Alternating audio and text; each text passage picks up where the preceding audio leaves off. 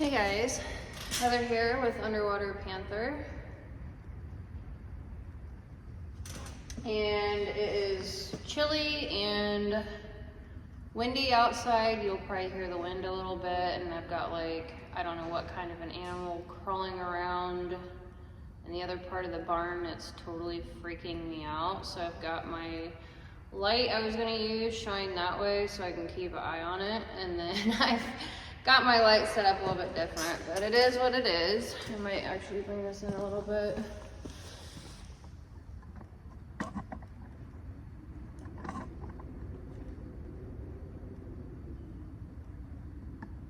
Okay. I got some new lights in the background, kind of been setting up a little bit different, and I like it so far. So yeah, I have been working diligently on my family tree, and it all started when my great aunt passed away on my mother's side, and that is the Native American side of my family, and I'm very estranged from that side of the family for many reasons. And so I've been digging into that, and I finally made some massive hits last night.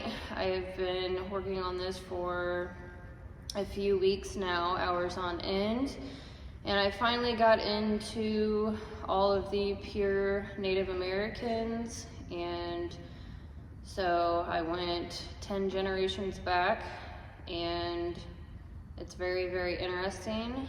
I finally hit what I was looking for.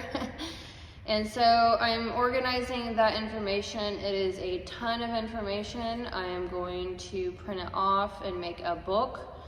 And I've got a lot of pictures of the more immediate family. And so I will start from that, start with myself and branch off into probably even up to 10 generations. And I'm just very curious on that bloodline because I'm a very spiritual person. I was raised by my father's side of the family. They're very entrepreneurial, they're farmers, they're very religious in the sense of my grandmother was Catholic, she raised me Catholic. My grandfather's side is more Christian, Presbyterian, and so on. So, but I very deeply, I don't know what the heck. I just feel like there's a raccoon or a possum crawling around, unless it's the wind. Either way, I'm gonna keep an eye on it. Freaking me out. Ew. I wanted to, oh no, it's gonna die. My big light is getting ready to die any second. So, that's wonderful. I'm not gonna be able to keep an eye on things like I have been. So the big light's gonna die any second, is what it is. I just wanted to do the introduction really to my father's side of the family. I had just posted a video with 4 jets flying in the sky, and so when I was, up until I was 5 years old, my grandfather's father was alive, and he has an amazing history of farming and flying airplanes, and he actually ran his airport out of his homestead when his parents passed. So growing up as a child, I would be outside playing on my play set, and my uncle, his son, would fly just over the treetops and wave his wings like that at me. And so I also had another huge moment in my life where he had flown me from another state. And so it was just always extremely sentimental to me. Airplanes flying over this airspace, over our farm, always reminds me deeply of my grandfather, my great-grandfather, and his son, Sam, because Sam ended up taking over the airport in planes after my great-grandfather retired. So I want to do a little memoir video on my great-grandfather, Robert, we called him Bob, Robert Samuel Williamson, and he is junior to his father, Robert Samuel Williamson, and So I'm just gonna like read a little intro and give you the highlights, and then I'm going to dive into his autobiography that he wrote in 1989, the year that I was born actually.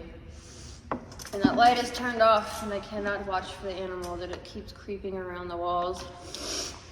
Okay, so Robert Samuel Williamson, or Bob, is on my father's side of the family. Okay, and he was born April 18th, 1915. So he was a Aries sun, Mercury and Mars, Moon in Gemini, Venus.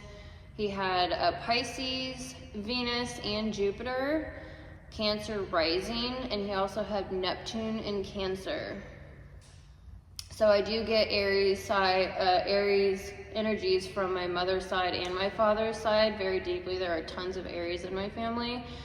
And so when I do family trees, I not only look at the, like the physical traits that we inherit from our family or our interest in whatnot. I also bring in astrology with it, Astro-Psychology in my case. And so then I pull up their birth charts and look into their energies to give me a better idea about their personalities. So he very much was an Aries, and he did pass away October 19th, 1994 when I was 5 years old. And I do have memories of him, and I am so grateful that I was able to actually meet him in my lifetime. So this is my grandfather's father that I'm speaking about. So Bob is what I'm going to call him, Bob Williamson, or should I say Robert, to be a little bit more business formal. I'll call him Bob because that's what I called him growing up. So his father died in 1952 and his mother died in 1953, and that is when he moved into his homestead. Now, I grew up in his house, and my father still lives in this house now. And so Bob moved in after his parents passed away, and right as soon as he moved in, he put in a 2,300 foot landing strip and licensed it as a commercial airport in 1954. Until 1960, this was the only airport serving in the Logansport community here in Indiana. So it's really wild that I grew up in a house that was an airport, and it is just amazing history. Like, I'm very proud of this history. It's really, really awesome. It's so just like adventurous and entrepreneurial. I have that so much in me, and I cannot decide. It's really from both sides of my family, the Aries. And that was the first Astro-Psychology book that I ever wrote, actually. I just love Aries so much. And so the house got traffic in from all of the United States. They even had a plane fly in from Washington State. So my great-grandfather divided his time between flying and farming. So he inherited the farm from his parents. So the telephone company changed poles and that's how he ended up building his first T-hanger to put his airplanes in. He ended up renting out the first T-hanger that he built, and then he built more that eventually housed 11 airplanes. Now, I remember 1 or 2 T-hangers.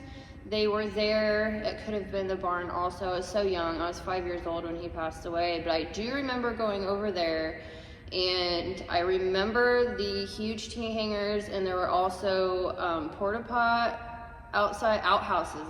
That's what you call it, outhouses. They had outhouses out by the barn, and I always thought that was hysterical because I'm like, who the heck would go to the bathroom outside in these? I always found it kind of weird and gross, but I love to explore around there.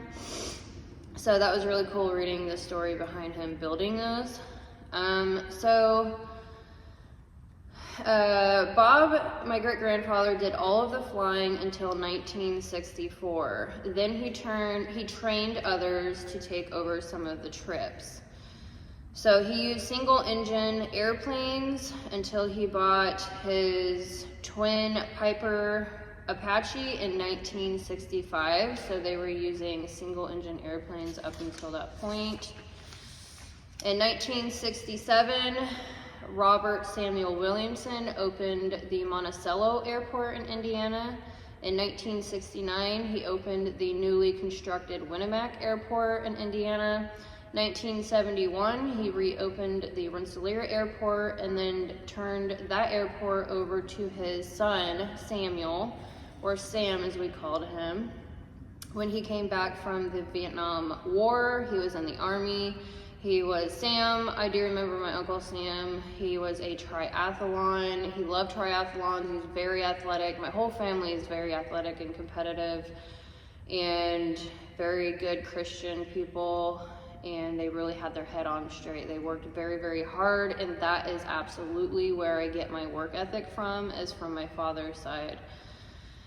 Anyways, Sam, he did the flying, he also did the parachuting as well.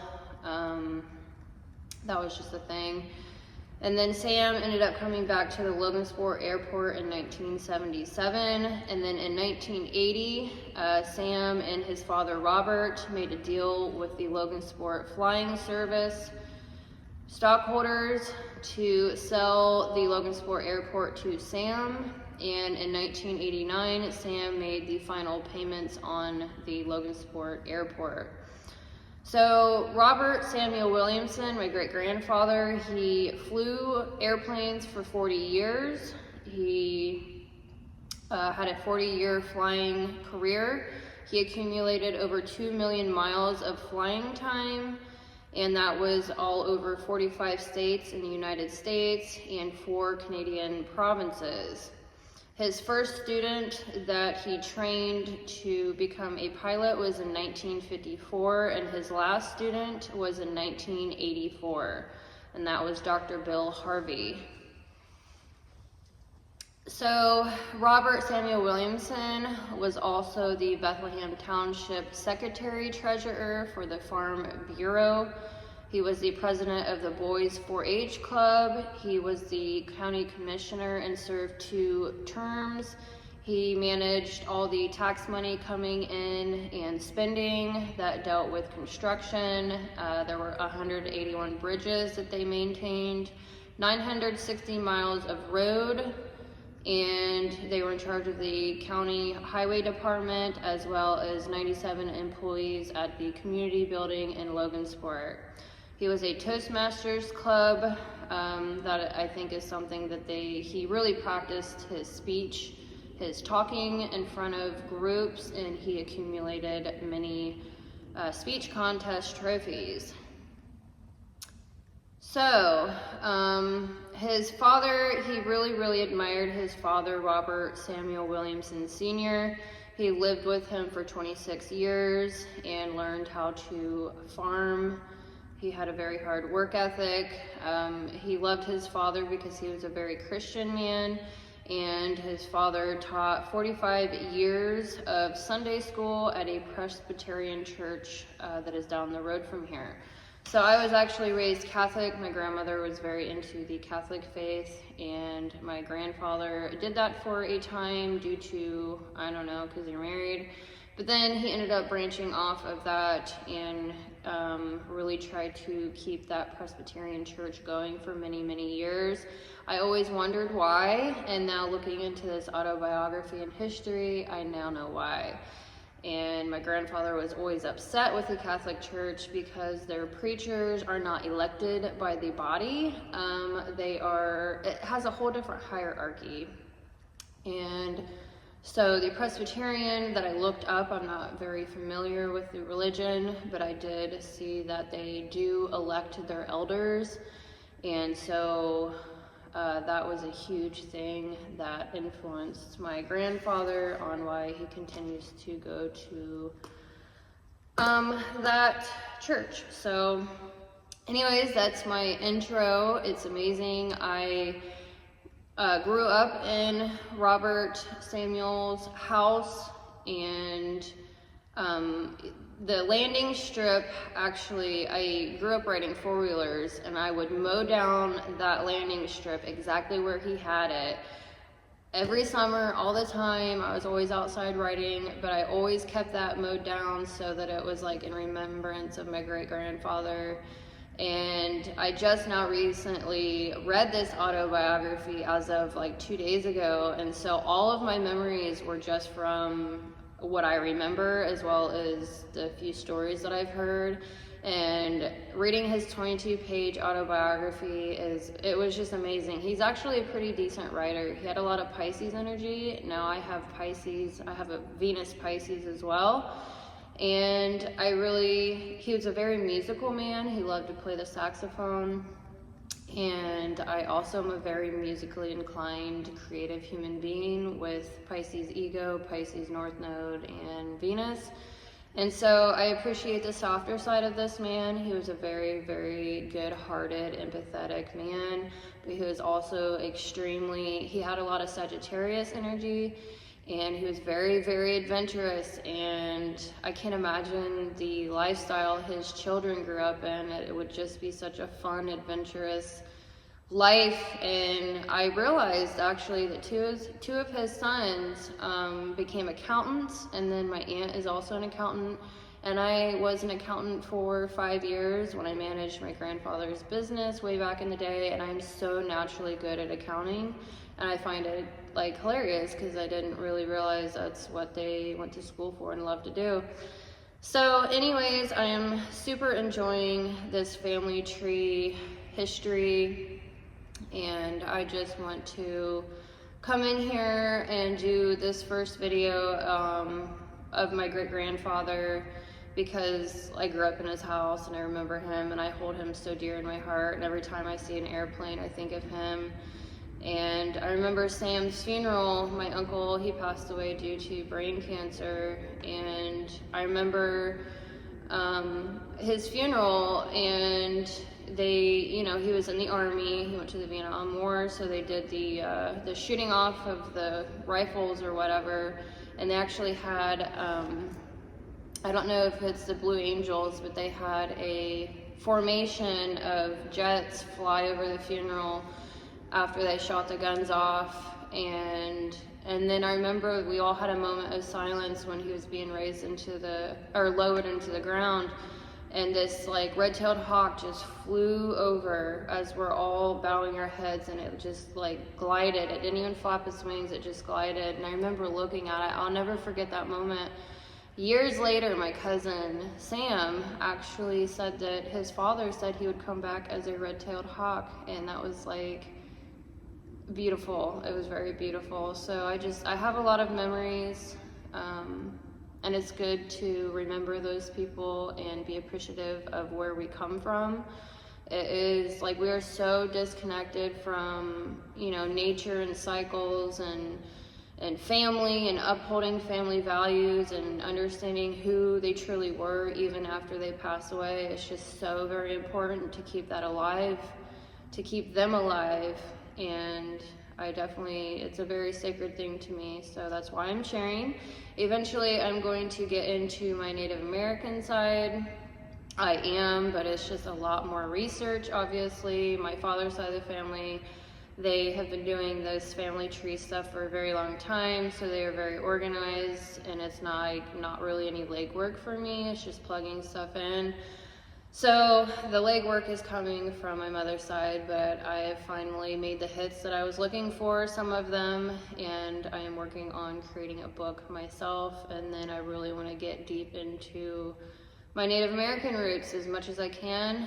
I'm always searching for learning new things, educating myself, even in the spiritual realm, because I love astrology and psychology, and that's something that I also hold very dear. So anyways, thank you for listening to the introduction, and I will move on along to reading his autobiography, and I'm going to make like a video collage of pictures while I'm reading. And I just hope that you appreciate it, and I hope my family appreciates it, and I hope that he will appreciate it. So, all right, thank you for watching. Like and subscribe, and I will see you in the next video.